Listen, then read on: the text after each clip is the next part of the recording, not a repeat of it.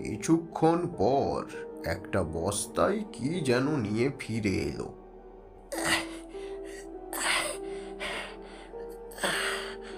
তারপর বলল,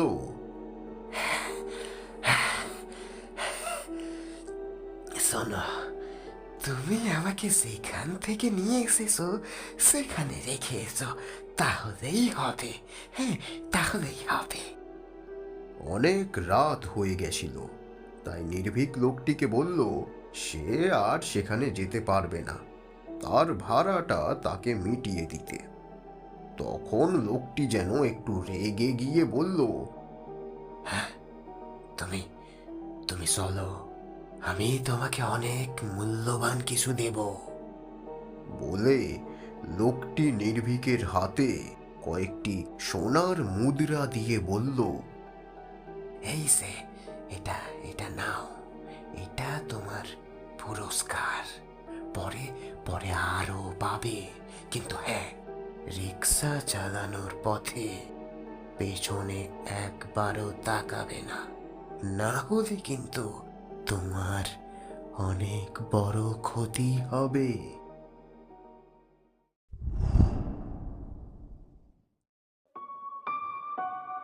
welcome to radio জোজি। আমাদের চ্যানেল আজ আপনাদের জন্য পরিবেশন করছে তারানাথ তান্ত্রিকের গল্প তারানাথ ও রক্তপিশাচ।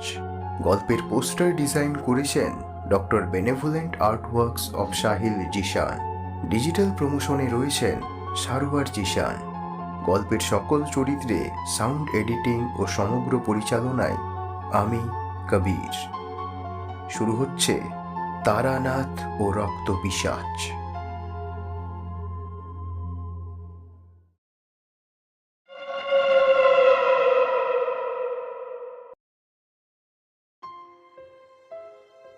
আমি আপনাদের সবার চেনা তারানাথ তান্ত্রিকই বটে, তবে আমি আপনাদের যেসব গল্প শোনাবো সেসব ঘটনা আমি ছোটবেলায় শুনেছি। সেসবের সঙ্গে আমার কোনো সম্পর্ক না থাকলেও সেসব ভৌতিক ঘটনা বলি ছোটবেলা থেকেই আমার গায়ে এক অদ্ভুত শিহরণ জাগাতো। আজ তেমনই একটা গা হিম করে দেওয়া গল্প আপনাদেরকে শোনাচ্ছি। এই ঘটনাটি ঘটেছিল আমার এক ভাইয়ের সাথে। ভাইটি ছিলেন একজন রিক্সা চালক। তোমরা তো জানোই সেসব সময়ে রিক্সার কেমন প্রচলন ছিল। মানুষজন এসব গাড়ি ঘোড়া তখন চিনতই না।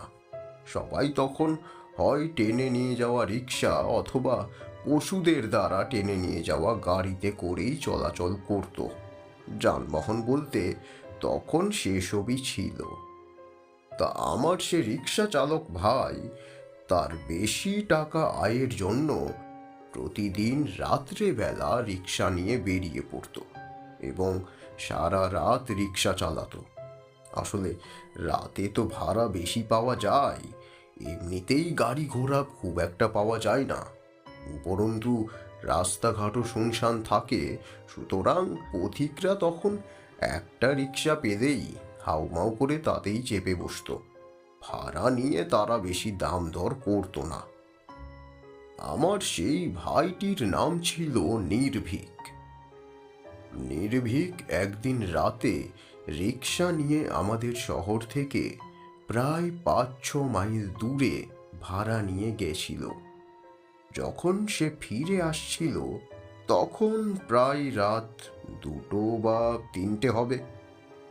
নির্ভীক ভাই যে রাস্তা দিয়ে আসছিল সেটা ছিল মাটির কাঁচা রাস্তা। রাস্তার দুপাশে সারি সারি খেজুর গাছ। চারিদিকে সব কিছু যেন নিস্তব্ধ হয়ে আছে, কোথাও কোনো মানুষ নেই। নির্ভীক তার রিক্সার নিচে ঝুলিয়ে রাখা হারিকেনের আলোয় পথ চলছে। হঠাৎ পেছন থেকে কে যেন ডাক দিল, এই রিক্সা, থামাও থামাও থামাও। নির্ভীক রিক্সা থামিয়ে পেছনে তাকিয়ে দেখে এক সাদা লম্বা জুব্বাওয়ালা তার দিকে তাকিয়ে আছে। সে তার দিকেই এবার আসছে। সে নির্ভীকের ঠিক সামনে এসে জিজ্ঞেস করলো, হ্যাঁ ভাই, সামনে একটা কবরস্থান আছে। আমি সেই কবরস্থানের খাদেম। আমাকে যদি ওই কবরস্থানের গেট পর্যন্ত নিয়ে গেলে আমার খুব উপকার হতো। নির্ভীক লোকটির দিকে ভালো করে তাকিয়ে দেখল। সুন্দর চেহারা, মুখে সাটা লম্বা দাড়ি, হয়তো কোনো মৌলানা গোছের লোক হবে। তাই সে তাকে রিকশায় উঠতে বলল। লোকটি রিকশায় উঠে পড়ার পর নির্ভীক তাকে বলল, ভাড়া কিন্তু ডবল দিতে হবে। তখন লোকটি কোনো কথা না বলে চুপ করে রইল। যতক্ষণ পর্যন্ত কবরস্থানের গেট না এলো, লোকটি নির্ভীকের সাথে একটাও কথা বলেনি। কবরস্থানের গেটে আসলে লোকটি নির্ভীককে বলল, এই তো এসে পড়েছি। তুমি এখানেই দাঁড়াও, আমি আমি এক্ষুনি আসছি। এখানেই দাঁড়াও, কিন্তু কোথাও যেও না। তাই বলে সে কবরস্থানের ভেতরে চলে গেল। কিছুক্ষণ পর একটা বস্তায় কি যেন নিয়ে ফিরে এলো।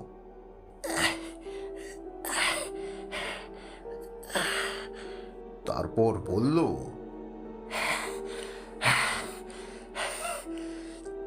শোনো, তুমি আমাকে সেখান থেকে নিয়ে এসেছো, সেখানে রেখে এসো, তাহলেই হবে। হ্যাঁ, তাহলেই হবে। অনেক রাত হয়ে গেছিল। তাই নির্ভীক লোকটিকে বলল সে আর সেখানে যেতে পারবে না, তার ভাড়াটা তাকে মিটিয়ে দিতে। তখন লোকটি যেন একটু রেগে গিয়ে বলল, তুমি তুমি চলো, আমি তোমাকে অনেক মূল্যবান কিছু দেব। বলে লোকটি নির্ভীকের হাতে কয়েকটি সোনার মুদ্রা দিয়ে বলল, এই যে, এটা এটা নাও, এটা তোমার পুরস্কার। পরে পরে আরো পাবে, কিন্তু হ্যাঁ, রিক্সা চালানোর পথে পেছনে একবারও তাকাবে না, না হলে কিন্তু তোমার অনেক বড় ক্ষতি হবে। নির্ভীক মনের মধ্যে কিছুটা ভয় অনুভব করতে লাগলো, কিন্তু তারপরও নিরুপায় হয়ে লোকটিকে রিকশায় বসিয়ে গন্তব্যস্থানে নিয়ে যেতে লাগলো। কিছু দূর যেতেই নির্ভীক তার পেছন থেকে একটা অদ্ভুত শব্দ শুনতে পেল। মনে হলো কেউ যেন পেছনে বসে কিছু খাচ্ছে। সে সে আওয়াজটা যেন অন্যরকম। নরম হাড় চিবোলে যেমন শব্দ হয়, এই কর্মর কর্মর প্রকৃতির এমন একটা আওয়াজ সে শুনতে পেল। এরপর অনেকক্ষণ ধরে সেই শব্দটা ক্রমাগত সে পেছন থেকে পাচ্ছিল। তাই পেছনে কি হচ্ছে তা দেখার জন্যে তার মন ব্যাকুল হয়ে পড়ল। তখন নির্ভীক লোকটির নিষেধের কথা ভুলে গেল। নিজেকে সামলে ভয়ে ভয়ে সে পেছনের দিকে তাকিয়ে দেখল কি ভয়ঙ্কর দৃশ্য। তার পেছনে বসা লোকটি আসলে মানুষ নয়, সে সে একটি ছোট বাচ্চাকে চিবিয়ে খাচ্ছে। এমন এক ভয়ঙ্কর দৃশ্য যেটা চোখে দেখার নয়। হঠাৎ লোকটি যেন তার দেখার বিষয়টা বুঝতে পারল। সে বুঝতে পেরেছে নির্ভীক তার বাচ্চা খাওয়া দেখে ফেলেছে। সঙ্গে সঙ্গে সে এমন ভয়ঙ্কর রূপ ধারণ করল যা দেখে নির্ভীক ভাই ওই জায়গাতেই ভয় পেয়ে অজ্ঞান হয়ে যায়।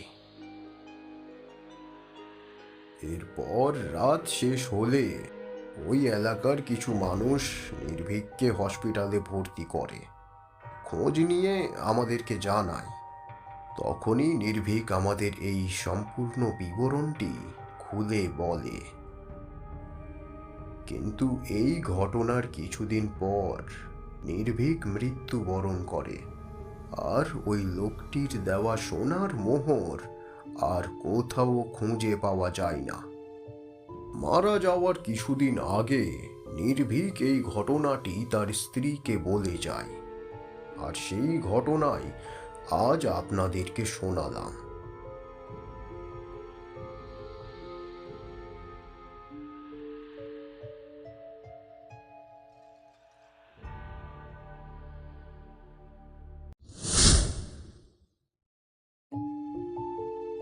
এতক্ষণ আপনারা শুনলেন তারানাথ ও রক্ত পিশাচ। আমাদের এই বিশেষ নিবেদন আপনাদের প্রিয় চরিত্র তারানাথকে জীবন্ত রাখারই একটা উদ্যোগ। যদি এই উদ্যোগটি আপনাদের ভালো লেগে থাকে তবে নিশ্চয়ই গল্পটিকে লাইক করবেন ও আপনার তারানাথ প্রেমী বন্ধুদের সঙ্গে নিশ্চয়ই শেয়ার করবেন। তারানাথের এমন আরও গল্প আপনারা চান কি না সেটা নিশ্চয়ই কমেন্টে জানাবেন, ও চ্যানেলে নতুন হলে নিশ্চয়ই সাবস্ক্রাইব করুন আমাদের এই চ্যানেল। আবার আসবো নতুন গল্প নিয়ে।